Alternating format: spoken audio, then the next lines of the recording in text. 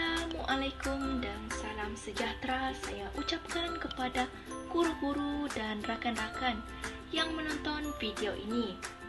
Pada hari yang mulia ini, saya akan membincangkan mengenai bab 1 tingkatan 5, yaitu kemunculan dan perkembangan nasionalisme di Asia Tenggara. Bab ini mengandungi 4 bahagian, yaitu imperialis Barat, faktor-faktor imperialis Barat, pengenalan sistem birokrasi Barat, dan akhir sekali, faktor-faktor kemunculan nasionalisme. Sebelum saya membincangkan bab ini dengan lebih mendalam, tahukah anda apakah yang dimaksudkan dengan imperialisme? Imperialisme bermaksud dasar sesebuah negara meluaskan pengaruh dan wilayahnya dengan menjajah negara lain. Selain itu, mereka menjajah negara lain demi kepentingan tertentu. Sejak abad ke-16 lagi, kuasa-kuasa Barat sudah mula menjajah negara-negara di Asia Tenggara. Sebagai contoh, Spanyol telah menjajah Filipina, Portugal menjajah Melaka, Britain telah menjajah Indochina, Amerika Syarikat juga turut menjajah Filipina, dan akhir sekali Belanda menjajah Indonesia. Terdapat 5 faktor imperialisme Barat di Asia Tenggara. Antaranya ialah kekayaan bahan mentah, yang kedua, sistem pengangkutan dan perhubungan, yang ketiga, revolusi perindustrian, yang keempat, persaingan kuasa-kuasa Barat, dan yang terakhir, beban orang putih dan tugas menyebarkan tamadun. Faktor yang pertama ialah kekayaan bahan mentah. Kepesatan sektor perindustrian yang berlaku di Eropah sejak abad ke-17 membolehkan mereka mengeluarkan pelbagai hasil pergilangan secara besar-besaran. Ini menyebabkan mereka memerlukan bekalan bahan mentah seperti biji timah dan arang batu secara konsisten dan memerlukan kawasan pasaran yang baru. Selain itu, sistem pengangkutan dan perhubungan juga merupakan salah satu faktor imperialis Barat di Asia Tenggara. Penggunaan kapal berkuasa wap membolehkan muatan yang lebih banyak dan juga dapat mempercepatkan perjalanan antara Barat dengan Timur. Buktinya, pembukaan terusan Suez pada tahun 1869 bukan sahaja dapat mempercepatkan perjalanan, malah dapat menjadikan perjalanan lebih selamat dan menjimatkan kos. Penciptaan telegraf juga telah membawa perubahan terhadap perhubungan antara Barat dengan Timur. Kuasa-kuasa imperialis dapat memberikan arahan kepada pegawai-pegawai mereka di tanah jajahan dengan lebih berkesan dan lebih cepat. Seterusnya, revolusi perindustrian. China dan India menjadi sasaran imperialisme Barat kerana berpotensi untuk dijadikan pasaran yang luas. Persaingan antara kuasa Barat. Persaingan antara kuasa Barat menyebabkan negara-negara di Asia Tenggara menjadi mangsa imperialis mereka. Semakin luas tanah jajahan mereka, semakin tinggi sanjungan yang diperoleh kuasa-kuasa Barat itu. Keluasan tanah jajahan juga melambangkan kekuatan dan kekayaan kuasa Barat tersebut. Akhir sekali, beban orang putih dan tugas menyebarkan tamadun. Slogan beban orang putih digunakan oleh British dan juga Belanda. Kedua-dua kuasa ini mendakwa bahawa mereka lebih maju dan bertamadun. Mereka berasa bertanggungjawab untuk memimpin orang Timur ke arah kehidupan yang lebih sejahtera. Perancis pula berpegang pada slogan tugas menyebarkan tamadun, iaitu mentamadunkan orang Timur. Manakala Mufarid Kristian berpendapat bahawa mereka bertanggungjawab untuk menyebarkan agama Kristian kepada penduduk di tanah jajahan. Perubahan sistem politik. Sebelum kedatangan imperialis Barat, negara-negara di Asia Tenggara mengamalkan sistem pemerintahan beraja. Namun, selepas kedatangan imperialis Barat yang menguasai Asia Tenggara, sistem birokrasi Barat telah diperkenalkan untuk menggantikan sistem pemerintahan beraja. Antara ciri-ciri umum sistem birokrasi Barat yang diperkenalkan di negara-negara Asia Tenggara ialah penubuhan kerajaan pusat hasil penyatuan wilayah-wilayah di tanah jajahan, pelantikan Governor Jeneral sebagai ketua pentadbir di tanah jajahan. Yang ketiga, pelaksanaan pentadbiran melalui biro ataupun jawatan, pelantikan pegawai Barat sebagai ketua biro, dan akhir sekali, pengenalan undang-undang Barat. Sistem pemerintahan di Filipina. Sebelum kedatangan Sepanyol, Filipina terdiri daripada daerah-daerah kecil yang dikenali sebagai barangay yang diperintah oleh golongan datu. Manakala di selatan Kepulauan Filipina pula wujud kerajaan-kerajaan Islam. Setelah Sepanyol berjaya menguasai Filipina, sistem pentadbiran berpusat telah diperkenalkan di mana Governor Jeneral sebagai pemerintah tertinggi. Pentadbiran pada peringkat tempatan pula dilaksanakan di bawah sistem Encomenda yang diketuai oleh Encomendero. Antara tugas sistem Encomenda ialah menjaga keamanan, mengutip cukai dan mengkristiankan penduduk barangay. Sistem pemerintahan di Indonesia. Sebelum kedatangan Belanda, Indonesia terdiri daripada beberapa buah kerajaan yang berasingan seperti Kerajaan Mataram dan Kerajaan Bantam di Jawa. Kerajaan tersebut diketuai oleh raja dan dibantu oleh golongan pembesar. Namun, setelah Belanda menguasai Indonesia, Belanda membahagikan pentadbiran kepada dua, iaitu pentadbiran pusat dan juga pentadbiran tempatan. Sistem pemerintahan di Indochina. Sebelum kedatangan Perancis, negeri-negeri di Indochina ditadbir oleh sebuah kerajaan pusat berkuasa mutlak yang memberikan kuasa penuh kepada pembesar tempatan. Setiap birokrasi diketuai oleh golongan Mandarin, di mana golongan Mandarin dipilih melalui peperiksaan dalam bidang bahasa dan kesastraan China.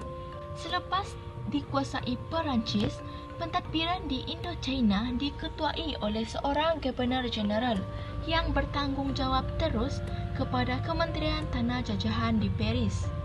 Perancis juga telah membentuk sebuah kerajaan pusat dengan menubuhkan Union Indochines, di mana Union Indochines terdiri daripada negara Vietnam dan Kemboja.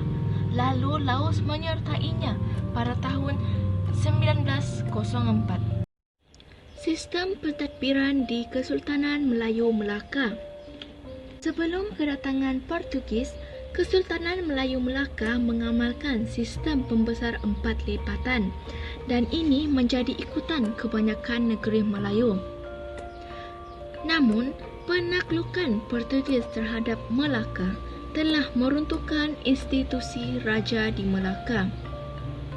Manakala, semasa pemerintahan Belanda, institusi raja ini terus terhapus.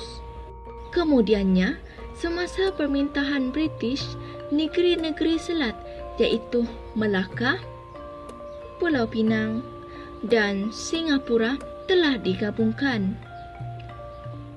Manakala di negeri-negeri Melayu bersekutu atau lebih dikenali sebagai NNMB iaitu Perak, Selangor, Pahang dan Negeri Sembilan, British telah memperkenalkan sistem residen. Dan akhir sekali, di negeri-negeri Melayu tidak bersekutu NNMTB, Kedah, Kelantan, Terengganu, Perlis dan Johor pula, British telah memperkenalkan sistem penasihat. Seterusnya, sistem pentadbiran di Burma. Sebelum kedatangan British, Burma telah mengamalkan sistem pemerintahan beraja. di bawah dinasti Konbaung. Raja juga merupakan penaung kepada Sami Buddha. Kemenangan British dalam Perang Inggeris-Burma III membolehkan British menguasai seluruh Burma. Penguasaan British menyebabkan dinasti Konbaung berakhir, institusi raja tersingkir dan jawatan pembesar tradisional pada peringkat pusat turut terhapus. Sebagai contoh, pengenalan Akta Kampung Ulu Burma 1887 dan Akta Perkampungan Burma 1889 telah melenyapkan terus sistem pentadbiran tradisional.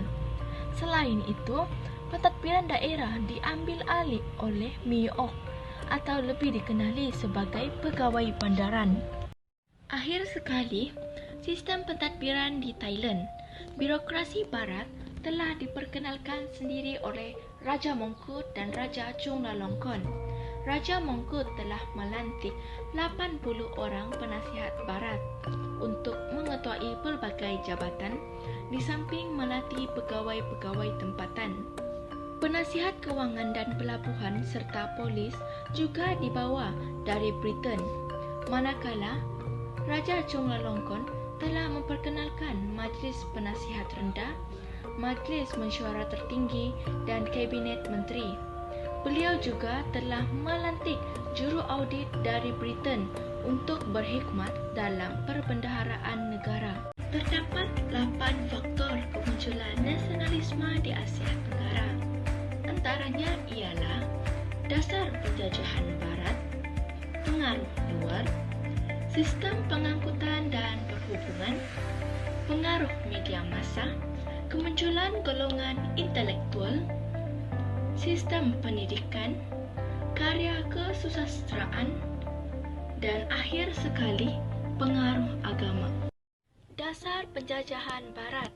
Dasar penjajah barat telah menimbulkan perasaan tidak puas hati dalam kalangan rakyat negara-negara di Asia Tenggara. Rakyat tempatan terus kekal dalam ekonomi tradisional yang serba kekurangan kerana tidak diberikan peluang yang sewajarnya dalam sistem pentadbiran moden. Mana dasar ekonomi penjajah seperti sistem tanaman paksa di Indonesia dan sistem polo di Filipina jelas sekali menindas penduduk pribumi. Mereka telah ditindas dengan dipaksa menjadi buruh oleh penjajah barat untuk melakukan aktiviti pertanian. Selain itu, dasar keterbukaan penjajah terhadap kemasukan imigran juga menimbulkan rasa tidak puas hati rakyat tempatan kerana penguasaan golongan tersebut dalam bidang ekonomi. Yang kedua, pengaruh agama. Pengaruh agama begitu jelas dalam mencetus nasionalisme di Asia Tenggara.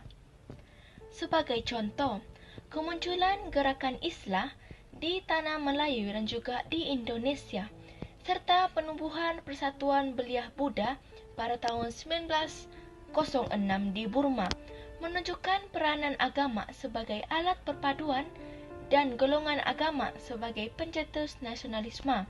Selain itu, agama Kristian yang diperkenalkan oleh Sepanyol telah menyatu padukan penduduk pribumi untuk menentang kuasa tersebut. Keadaan ini berlaku kerana penganut Kristian tempatan dianggap sebagai kelas kedua berbanding penganut Kristian yang berbangsa Sepanyol. Selain itu, karya kesusastraan. Karya kesusastraan di Asia Tenggara turut berperanan dalam membangkitkan nasionalisme di Asia Tenggara. Karya-karya ini merupakan media untuk menyampaikan mesej kesengsaraan dan kekecewaan terhadap penindasan penjajah dan akhirnya membangkitkan kesedaran bangsa dan kecintaan terhadap tanah air. Sebagai contoh, di Filipina, novel Noli Me Tengere, karya Jos Rizal bukan sahaja mencetuskan gerakan nasionalisme, tetapi turut menjadi inspirasi di rantau Asia Tenggara. Manakala, di Indonesia, Cerpen Kerikil-Kerikil Tajam dan Ke Makam Bonda karya Chairil Anwar begitu berpengaruh. Di Tanah Melayu pula, Putera Gunung Tahan karya Pak Sako adalah antara puluhan novel yang terkenal. Seterusnya, pengaruh luar. Pengaruh luar turut mencetuskan nasionalisme di Asia Tenggara. Kejayaan Jepun menewaskan China pada tahun 1895 dan Rusia pada tahun 1905 telah membuka mata para nasionalis di Asia Tenggara kerana keupayaan sebuah negara kecil mengalahkan negara besar. Selain itu, perjuangan Mahatma Gandhi di India menentang British juga telah memberikan inspirasi kepada nasionalis di negara-negara Asia Tenggara. Beliau telah menggunakan strategi enggan bekerjasama dengan penjajah dan mogok lapar. Yang kelima, sistem pendidikan. Sikap penjajah yang mengamalkan sikap pilih kasih dalam menyediakan kemudahan pendidikan dengan mengutamakan sekolah yang menggunakan bahasa penjajah sebagai bahasa pengantar telah mencetuskan nasionalisme. Misalnya, di Indonesia, anak golongan priayi diberikan pendidikan yang tersendiri dan diasingkan daripada anak orang kebanyakan. Selain itu, di Burma, pendidikan sekular dan pendidikan mubalik yang diperkenalkan telah menjadi ancaman terhadap sekolah Buddha. Di Tanah Melayu pula, lepasan sekolah vernakular sukar mendapat pekerjaan berbanding dengan lepasan sekolah Inggeris. Sikap pilih kasih yang diamalkan oleh kerajaan Belanda ini bertujuan untuk memecah belahkan perpaduan rakyat tempatan. Yang keenam, kemunculan golongan intelektual. Golongan ini berpeluang melanjutkan pelajaran di Barat dan di Asia Barat. Pengalaman mereka di Barat dan di Asia Barat membolehkan mereka memimpin gerakan nasionalisme setelah kembali ke tanah air. Sebagai contoh, pada peringkat awal, mereka hanya menuntut taraf hidup bangsa mereka dibela dan kemudiannya pada peringkat akhir, mereka meminta penjajah untuk membebaskan negara mereka. Di samping itu, pengaruh media massa. Pengaruh media massa seperti akhbar, majalah telah menyemarakan semangat nasionalisme di Asia Tenggara. Sebagai contoh, di Vietnam, Tribun Indigen dan Clutch Valley merupakan akhbar yang berpengaruh. Manakala di Tanah Melayu pula, Al-Ikhwan, Saudara, Wartah Malaya, dan Majlis adalah antara akhbar yang utama. Akhbar dan majalah tersebut berupaya menyebarkan idea-idea nasionalis dan menanam perasaan anti penjajah kepada rakyat jelata. Akhir sekali, sistem pengangkutan dan perhubungan. Kewujudan perkhidmatan telefon dan telegraf memudahkan hubungan dalam kalangan nasionalis. Selain itu, pembinaan jalan kereta api dan jalan raya dapat menghubungkan kawasan-kawasan yang sebelumnya terpisah. Ini memudahkan rakyat dan para pemimpin untuk bertemu dan membincangkan idea-idea nasionalisme.